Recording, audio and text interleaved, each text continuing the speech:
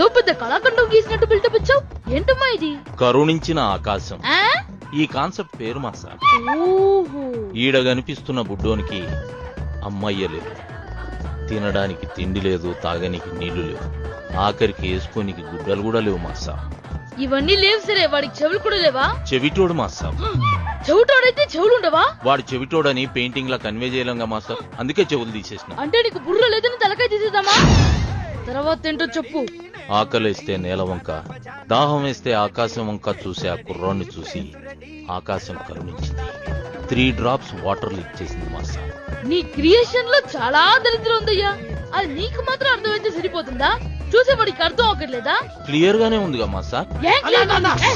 ఏంట్రా ఏదో disturbance? Important matter master గారు. ఇది అంతకన్నా ఇంపార్టెంట్ రా. ఏమి అజ్ఞాని, ఇది క్లియర్ గా ఉందని చెప్తున్నావు అంతే కదా?